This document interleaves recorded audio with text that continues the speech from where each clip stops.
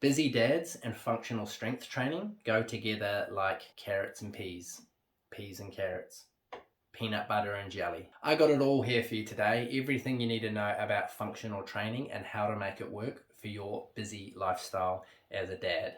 And why should we be doing functional training? Because it focuses on movements that mimic daily activities. It enhances your overall strength, mobility, and balance, which is all important for busy dads that need to be lifting kids regularly and attending to the yard work. And it's been shown to have a connection with injury prevention and sustaining long-term health. Functional training has a full body approach: legs, core, and upper body. Functional training improves your posture, it increases your energy, and it just lets you perform better. And for us new dads, it really does align well with our daily responsibilities and activities. Functional training focuses on compound movements rather than isolation movements. And if you're not sure what they are, compound exercises use more than one joint, so it's using more muscle groups. So think squats, press-ups, pull-ups. You're using multiple joints, you're using multiple muscle groups, you're getting more done in less time, and you're improving overall strength together rather than just trying to build strength in one muscle. Functional training fits easily into our daily activities and lifestyles, and it has the focus of training for life rather than training for looks.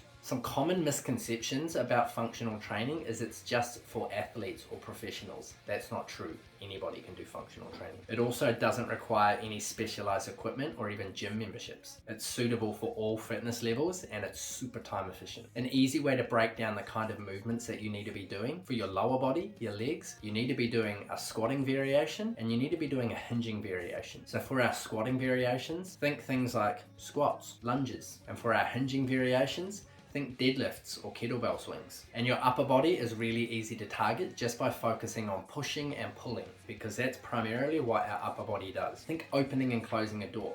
You push it and pull it to open and close it. Same thing with windows. That's what our body is more or less designed to do. We push and we pull. So some examples are push-ups, overhead press, pull-ups, rows. These are all pushing and pulling exercises. And functional training really puts an emphasis on your core strength and your stability, which is quite easy to do with functional training because a lot of the big compound exercises are really targeting your core as well. And when you're using your core without really thinking about it in the exercises, you don't need to do some specific core shit later on. A couple of other things you can implement to help you with your functional strength training is mobility and flexibility work. Doing things like some simple stretches, some foam rolling, and even holding yoga poses goes a long way to really helping you get a whole lot better with your functional training. It's not too difficult to put together a functional training workout or even routine because you just need to focus on mimicking daily movement. Think deadlift and picking up groceries from the floor.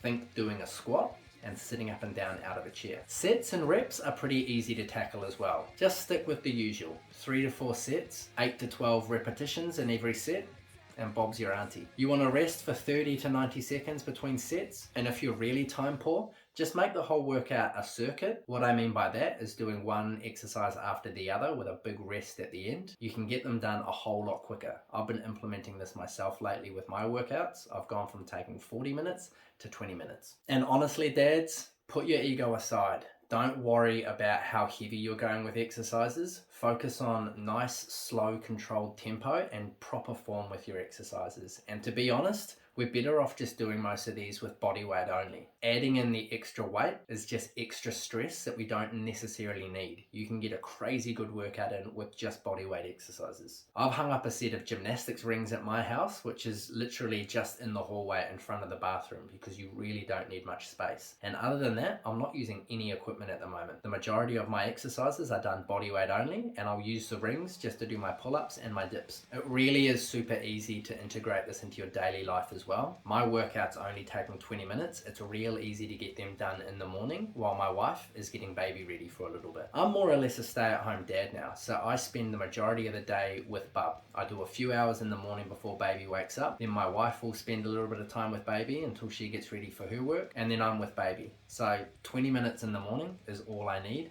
and it's really easy to find time for that. It is important to scale everything to your needs and your lifestyle and your capabilities. Again, That's why just focusing on body weight exercises to begin with is a really good sweet spot. All right, I got a few little bonus tips for you now just to sort of help you get you on your way. Let's talk nutrition. Focus on getting more whole foods in your diet and focus on getting protein at every meal. You can use your hand as well to get your portion sizes right. Your palm is your portion of your protein. So think lean meats. Your little cupped hand here is your portion of your carbohydrates. So think your rice, your starchy heavy stuff like that. Closed fist, that's your portion of vegetables. And your thumb, that's your portion of fats. So some nuts, some avocado, tablespoon of oil to fry everything in. But yeah, portion control, focusing on whole foods. So something that's grown, not something that's been mass produced somewhere. And focus on protein with your meals. Those are the three sort of big takeaways that make getting your nutrition right. And stay hydrated. I'm not a big fan of people saying, you know, you need to drink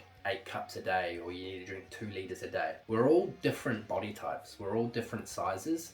That's a little bit too vague, a little bit too blasé. What you should be focusing on is the color of your urine. Yeah, I said it. The darker it is, the more water you need to drink. The clearer it is, you're probably on track.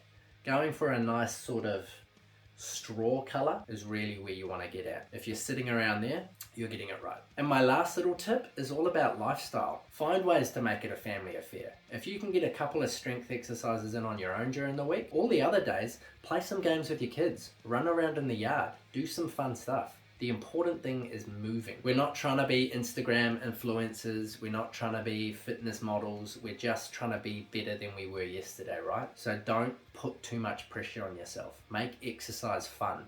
Make it part of your lifestyle. Make it something you can do with your kids. So I've got a free ebook which you can find down in the description. It's called Train Wherever the you want, and it's more than just training where you want. I've got a good breakdown on diet advice for you. I go in deep with how to separate your training, how to split up your body parts, exercises for all your body parts, exercises for all those push-pull legs movements we were talking about, and I even give you a sample routine to follow. And I also go over the most important part here, because getting your diet and exercise right isn't that hard. You can find programs everywhere, you can find meal plans everywhere, but if you don't have the discipline to stick to those, you're going to keep going around in circles. So in my ebook, Train Wherever the Fuck You Want, I give you some really good little tips on how to build the habits that make all of this last so that you can stay disciplined and focused and you can truly make this part of your lifestyle. Because I get it. You're sick of going around in circles. You're sick of starting fresh. You're sick of all the excuses. Focus on your discipline, focus on the habits, and everything all comes together. So get your free copy of my ebook